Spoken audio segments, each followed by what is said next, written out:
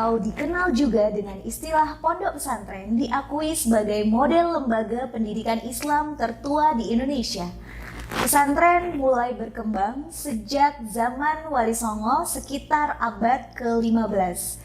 Selain sebagai lembaga keagamaan dan lembaga pendidikan, pesantren juga berkembang menjadi lembaga sosial kemasyarakatan. Sebagai local community organization yang memiliki pengaruh kuat di masyarakat, pesantren bisa turut andil dalam peningkatan kualitas hidup masyarakat, termasuk di bidang kesehatan.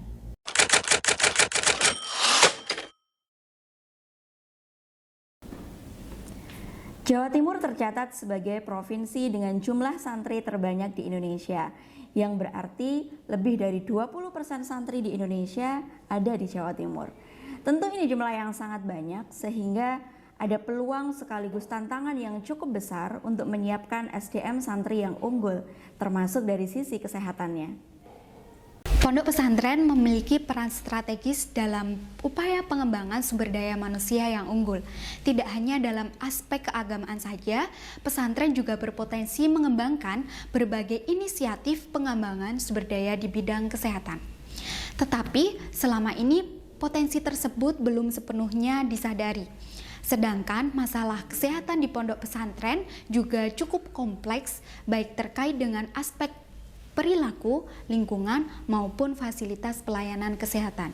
Belum banyak pesantren yang menaruh perhatian khusus pada penanganan isu kesehatan serta penerapan upaya promotif dan preventif melalui intervensi promosi kesehatan berdasarkan hasil analisis situasi yang komprehensif.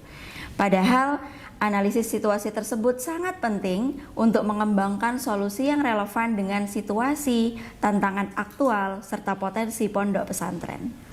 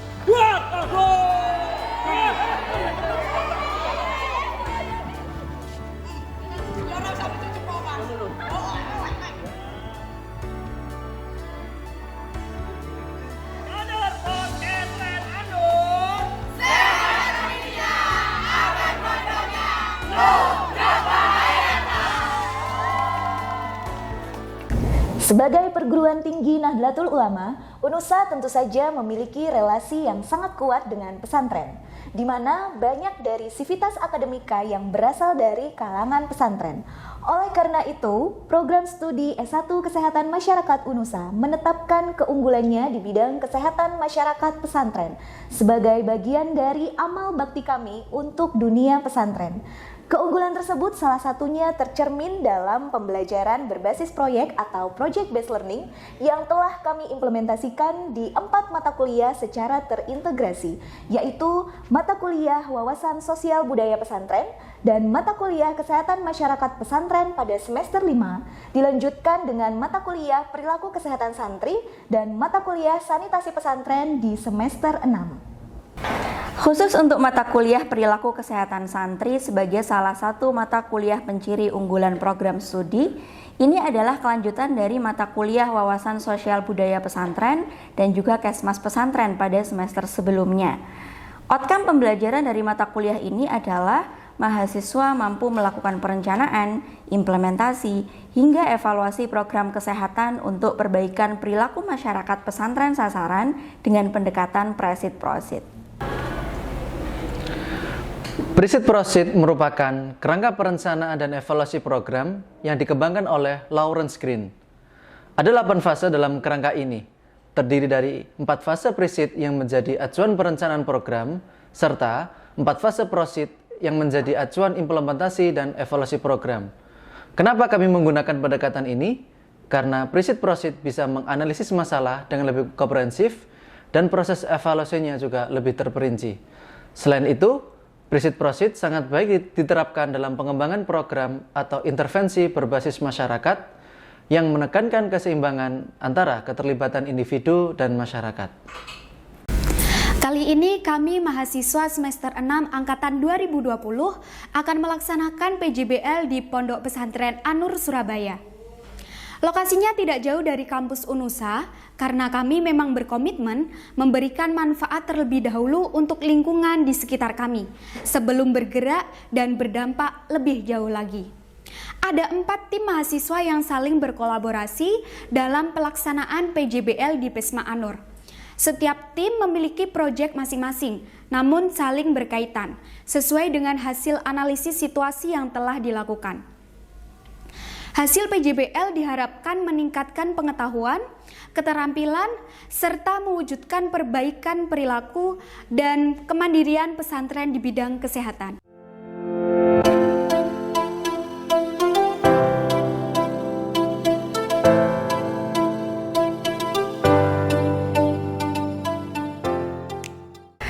Fase pertama perencanaan program dengan pendekatan Prisit adalah diagnosis sosial atau yang sering disebut dengan social assessment. Diagnosis sosial ini dilakukan untuk menilai kualitas hidup sasaran dengan memperhatikan berbagai indikator sosial terkait kesehatan dalam populasi yang spesifik. Misalnya, tingkat pendidikan, pendapatan, angka ketidakhadiran, dan indikator lain yang menentukan kualitas hidup atau quality of life. Contohnya, santri yang tinggal di lingkungan kumuh dengan pelayanan kesehatan dan ketersediaan makanan yang terbatas bisa berdampak pada kondisi kesehatan dan kualitas hidup santri sehingga beresiko sakit atau mengalami masalah kesehatan tertentu.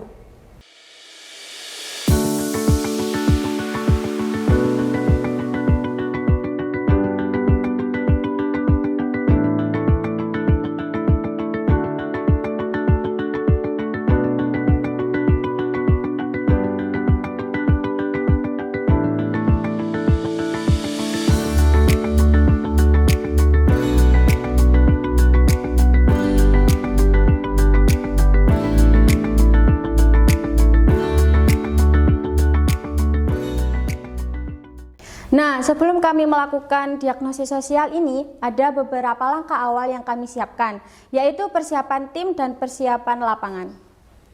Langkah pertama, tentu saja kami menyiapkan tim pelaksana yang memang sudah dibentuk di mata kuliah Perilaku Kesehatan Santri. Kami berbagi peran, tugas, dan tanggung jawab. Jadi ya membentuk semacam kepanitiaan gitu. Ada beberapa sih dengan job desk masing-masing di tahap ini. Kami banyak berdiskusi dan brainstorming untuk menggali pendapat, harapan, dan ide, serta rencana-rencana berikutnya. Proses team building ini juga bertujuan untuk menyamakan persepsi dan mencapai kesepakatan demi keberhasilan segala rencana yang disusun. Setelah tim siap, kami lanjutkan dengan persiapan lapangan. Kami mulai dengan mengurus perizinan dengan datang langsung dan sowan ke Pesma An-Nur. Kami menemui pengasuh dan mengurus pondok untuk memohon izin sekaligus menjelaskan gambaran rencana proyek dan tujuan yang ingin dicapai. Setelah diizinkan, kami memulai kontak dengan para santri, utamanya kader santri Husada di Pesma An-Nur. Jadi semacam orientasi gitu ya. Kami berkenalan dengan para santri. Inilah bentuk pendekatan yang kami lakukan agar tim kami dapat diterima baik oleh pondok pesantren dan agar proyek yang kami jalankan dapat terlaksana dengan baik.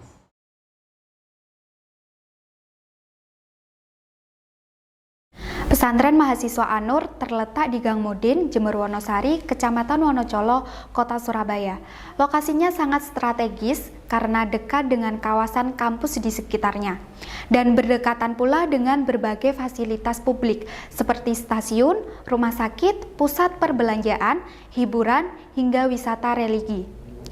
Sesuai namanya, sebagai pesantren mahasiswa, santri Pesma An-Nur merupakan kalangan mahasiswa yang ingin mendalami studi keislaman, Quran hadis, murojaah, dan kajian keagamaan lainnya sesuai kebutuhan para santri. Pesma An-Nur memiliki 2 bangunan gedung. Gedung yang pertama didirikan tahun 94 dan gedung yang kedua didirikan tahun 99.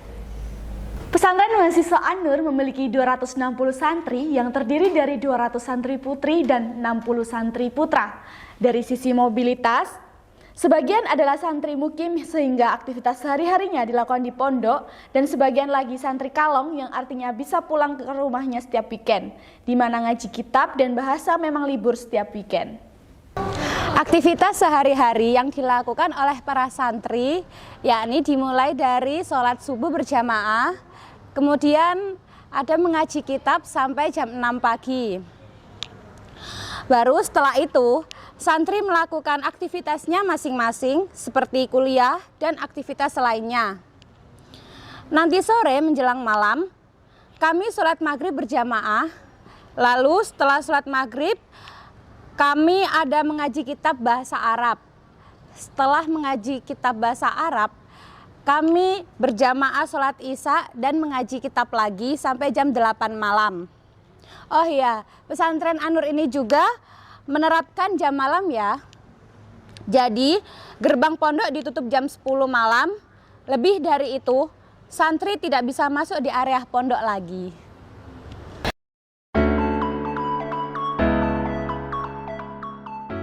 Setelah diagnosis sosial pada fase pertama, fase kedua yang harus ditempuh adalah diagnosis epidemiologi, perilaku, dan lingkungan. Pada fase ini dilakukan identifikasi masalah kesehatan atau faktor lain yang terkait dengan kualitas hidup. Dimulai dari identifikasi determinan yang mengarah pada munculnya masalah kesehatan spesifik, terutama terkait dengan faktor epidemiologi. Nah, perencana program atau intervensi harus mengumpulkan data terkait masalah kesehatan di populasi sasarannya. Misalnya data prevalensi kasus penyakit menular dan tidak menular di pesantren atau data masalah kesehatan lainnya. Selanjutnya dilakukan identifikasi serta analisis determinan yang terkait dengan faktor perilaku dan lingkungan. Setelah itu, masalah kesehatan yang telah ditemukan sebelumnya diurutkan berdasarkan kepentingan dan kemampuan untuk diubah, sehingga perencana program atau intervensi bisa menetapkan masalah kesehatan yang menjadi prioritas. Kemudian dilakukan identifikasi akar penyebab dari masalah kesehatan prioritas tadi, lalu dipilih satu atau beberapa faktor risiko yang menjadi fokus intervensi.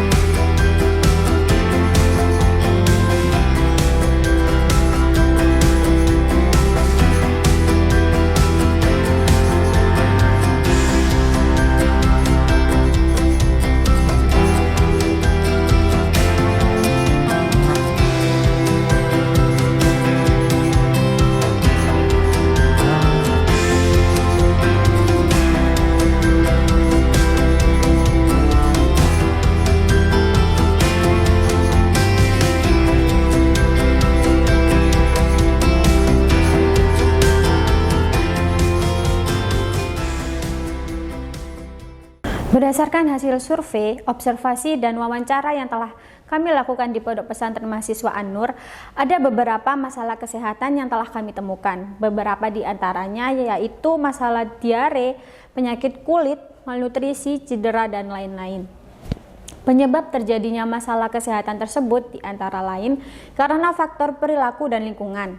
Faktor perilaku yang kami temukan adalah praktik PHBS yang masih kurang baik pada beberapa indikator, seperti konsumsi sayur dan buah, olahraga, kebiasaan cuci tangan, dan perilaku merokok. Terkait pola makan, para santri menyatakan bahwa mereka biasanya memang membeli makanan sendiri, baik di kantin maupun di luar pondok. Perilaku kesiapsiagaan santri dalam menghadapi risiko cedera dan bencana juga masih kurang. Sementara itu, hal baik yang sudah dilakukan di Pondok Pesantren Mahasiswa An-Nur ini adalah rutinitas kerja bakti atau santri biasa menyebutnya roan. Kegiatan itu dilakukan setiap seminggu sekali, di mana para santri membersihkan lingkungan pondok, kamar tidur, kamar mandi, dan sebagainya. Sedangkan kalau dari faktor lingkungan, secara umum sebenarnya kondisi asrama santri putra dan putri cukup bersih dan rapi. Tapi memang ada beberapa bangunan yang sedang dalam proses renovasi, sehingga berpeluang menimbulkan risiko cedera bagi santri yang lalu lalang di sekitarnya. Beberapa bagian dari bangunan pondok pesantren kami menilai masih kurang dari syarat keamanan dan keselamatan. Misalnya kondisi tangga yang sempit dan terlalu tinggi, lantai yang licin, dan lain-lain.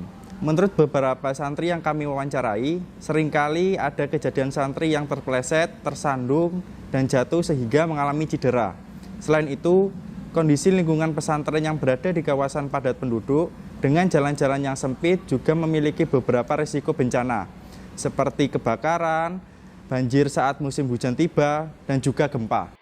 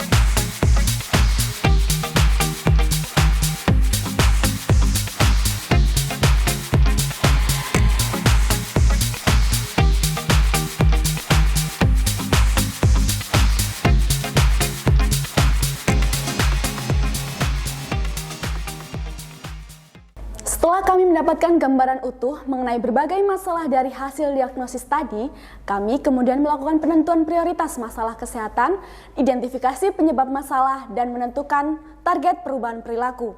Proses ini kami lakukan bersama pihak pesantren melalui forum musyawarah yang melibatkan pengurus, perwakilan santri, dan juga kader Poskestren.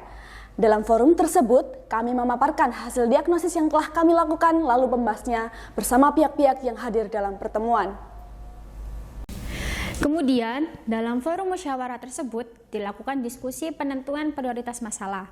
Tim kami bersepakat untuk menggunakan metode NGP, Nominal Group Technique. Hasilnya, masalah yang diprioritaskan adalah penanggulangan kasus cedera yang dialami para santri, serta penanggulangan penyakit menular akibat beberapa faktor lingkungan dan perilaku.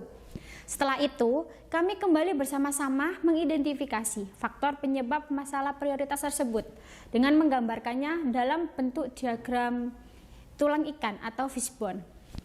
Hasilnya, akar penyebab masalah dari aspek perilaku yakni kurangnya kesiapsiagaan santri dalam menghadapi risiko cedera dan bencana serta PHBS yang belum dilakukan secara optimal pada beberapa aspek, yaitu personal hygiene, pola makan, dan olahraga. Sehingga target perubahan perilakunya terdiri dari peningkatan kesiapsiagaan santri dalam menghadapi risiko cedera dan bencana, serta memperbaiki perilaku hidup bersih dan sehat warga masyarakat pesantren. Lalu akar penyebab masalah dari aspek lingkungan yaitu kondisi beberapa bangunan pondok yang masih kurang memenuhi syarat keamanan dan keselamatan.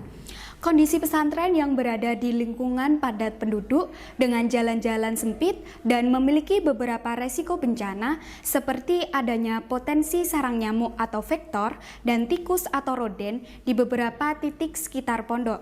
Sehingga target perubahan yang terkait dengan aspek lingkungan ini meliputi pengadaan serta pelatihan alat pendukung keamanan dan keselamatan, edukasi serta pelatihan manajemen resiko bencana, juga pengendalian vektor dan roden.